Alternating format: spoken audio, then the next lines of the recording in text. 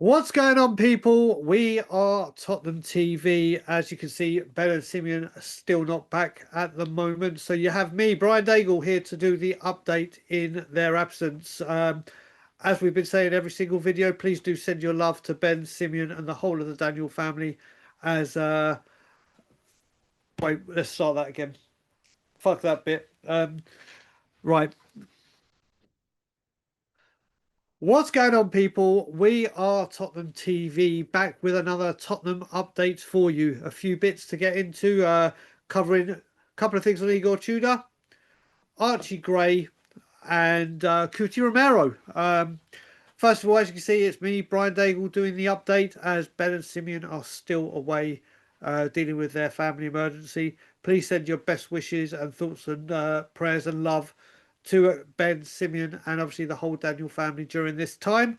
Hopefully they will be back shortly, but thankfully the We Are Tottenham TV community have stood strong and always been here to support them. So, getting on to the Tottenham Hotspur update, we're going to start with a couple of things on Igor Tudor.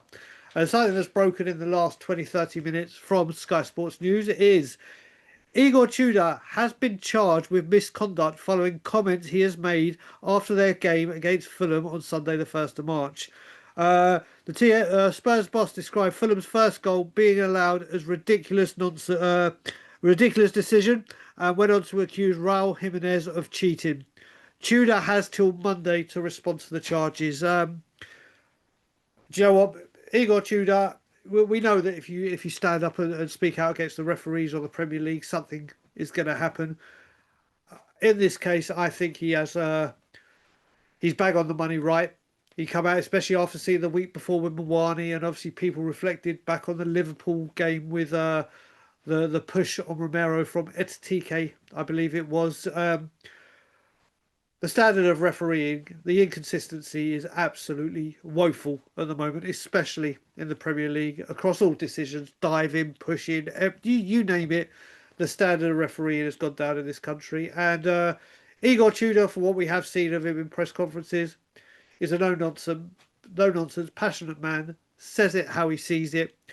And I think all Spurs fans will agree that he's got a completely valid point with the decision. Whether you want to say Raul Jimenez was cheating, listen, that's part and parcel of the game, unfortunately, nowadays. So that's where we are with that. He has till Monday to appeal the charges. Guys, girls in the comments, when you're watching this, do you agree with the comments? Do you think he should appeal this? I don't think, in my opinion, an appeal will do anything. Maybe even get more of a charge, or if there's a fine, heavier fine for appealing it. I don't think he should appeal it, but I think he's absolutely right in everything he said, apart from the cheating with Jimenez, because it's just become part and parcel of the game. So the second bit of Igor Tudor news, which I'll get into this, but I will be taking this with one of the biggest pinches of salt. In fact, I'm going to take this with a bulldozer full of salt. It's come from the Twitter ITK, and I use that term very lightly when it comes to this one. Indicala News, who has said exclusive with the bomb emoji. Igor Tudor will be called into a meeting if Spurs lose to Nottingham Forest at the weekend. He is expected to be sacked. Now, right now we have just had a bit of momentum. The very good team performance and scraping a well-earned point at Liverpool, and we all know our record at Anfield, especially after our results before that game, and then a thorough, a very good performance, team performance against Atletico Madrid yesterday. This, to me, is the biggest load of nonsense to be tweeting right now. Whether you agree with it or not, I think accounts are literally going to say this about Igor Tudor with every single game that passes. If we get a victory against Forest or a draw, it'll be, oh, he's got till the next game, which I believe is Sunderland away, if I'm correct. Oh, if he loses that, he'll get the sack. Why accounts are doing this when we've just had a couple of good performances? So then go and just tweet this for some engagement or whatever it may be, I think this is totally and utterly uncalled for, unwarranted. And whether you agree with it or not, I think Tudor might be here for till the end of the season now. And either way, I'm not too concerned. The most important thing is getting over Forest. So like I said, I'm taking this one with a bulldozer of salt. The next one, we are moving away from Tudor down onto Cuti Romero. This is from Fabrizio Romano. And apparently Cuti Romero was asked on chances of leaving Tottenham in June. Cuti has responded by saying, "My focus is on Spurs, and I try to help in this bad situation. This is the priority. Then after we will see. But now I want to recover energy and help Spurs." Again, these are questions that we're all going to want the answers to. But to be asked this immediately after a win against Atletico Madrid, obviously we went out in the tie.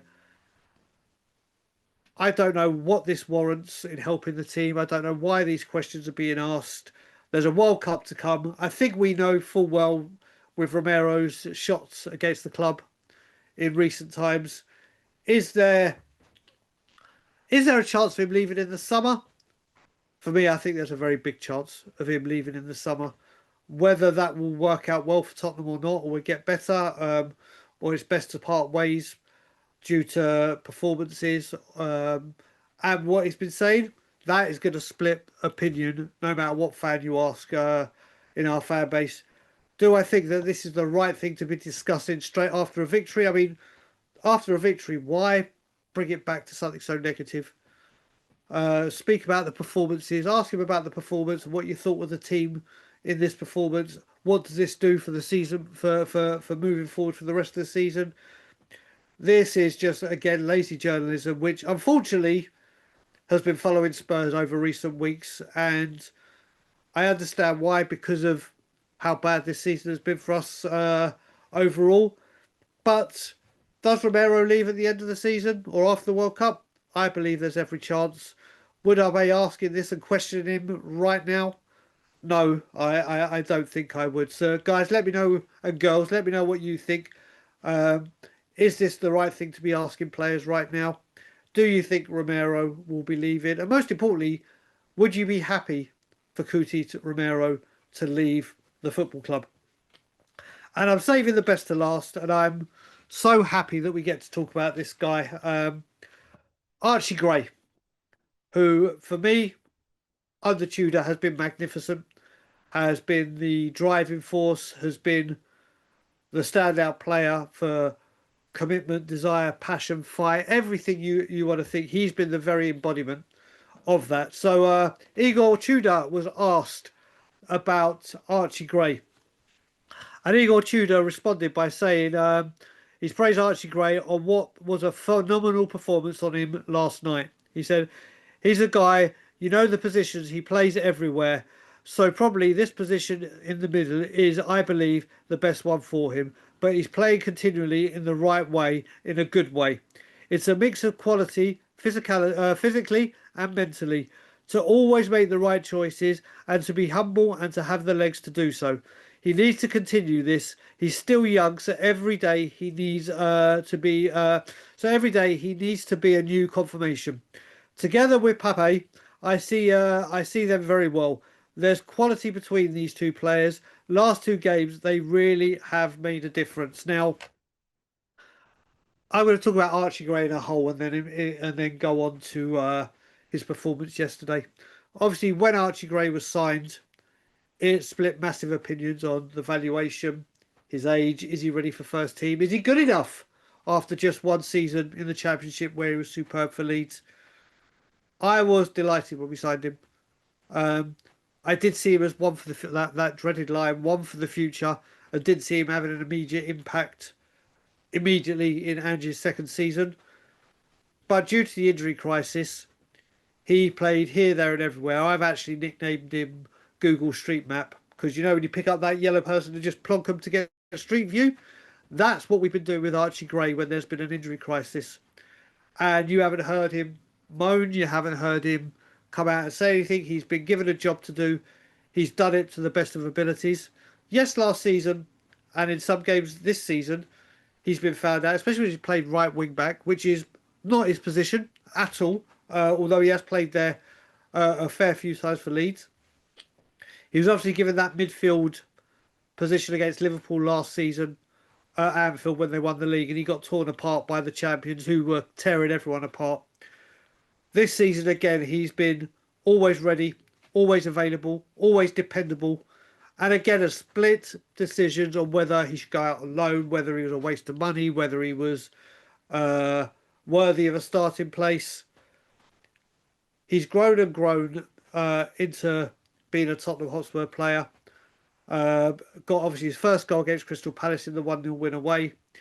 Was one of the players that could, I think the only player actually, that could take anything away from, and Dan, so sorry, from the Crystal Palace shit show, let's be honest. Against Liverpool, put in a very, very dogged performance. But yesterday, by far, was his greatest Spurs performance in the Spurs shirt. I think he was absolutely everywhere. I think he was absolutely brilliant. And like I said, I think since Igor Tudor has come in, he has been the player that has always shown fight. He has been one that you can depend on and has given everything for the team. And he deserves huge, huge amounts of credit. Even people that have doubted him since he signed or thought he's not up to par or going to make it as a Spurs player, you cannot help but give this guy huge amounts of credit. And nothing summed it up more than when Llorente, when he got substituted, went over to shake his hand and say, well done, you played brilliantly. I think he is really, really growing. We can see that central midfield is most certainly his position for the future. It's about finding the right combination around him. I think he has been great. Those comments from Igor Tudor were absolutely spot on and will do Archie the world of good to see it in the media and to hear his manager at the current time say that. I do think we have got a diamond in the making in him. We go on about signing so many youth players and them not getting a chance. I think Archie Gray will turn out to be a Tottenham favourite with amongst the fans within the next couple of seasons. I think it will be a couple of years. He'll be a regular in the England squad. I see him going from strength to strength. And then when we look back at this, the 40 million we spent on him will actually work out to be a bargain for what we paid for what we've got. I think Archie Gray will start against Forest. I think he has to be one of the first names on the team sheet. And hopefully for the rest of the season, he can keep up this level of performance because he has been fantastic. In our darkest times, he has been a light that we can cling on to. Guys, let me know what you think of everything we've discussed in the update. Obviously, the two pieces on Tudor, or three if you want to actually include this, but even though it was on Archie Gray, and of course, Cuti Romero. Ladies and gentlemen, boys and girls, thank you for watching. Hopefully Ben and Sim will be back soon. I may be about for a couple more bits if they need more time off, and then I will ride off into the sunset. Like I said, send your best wishes, thoughts, prayers, love, everything to Ben and Sim who are away for a family emergency. Like, comment, share, subscribe, and as always, come on, you Spurs.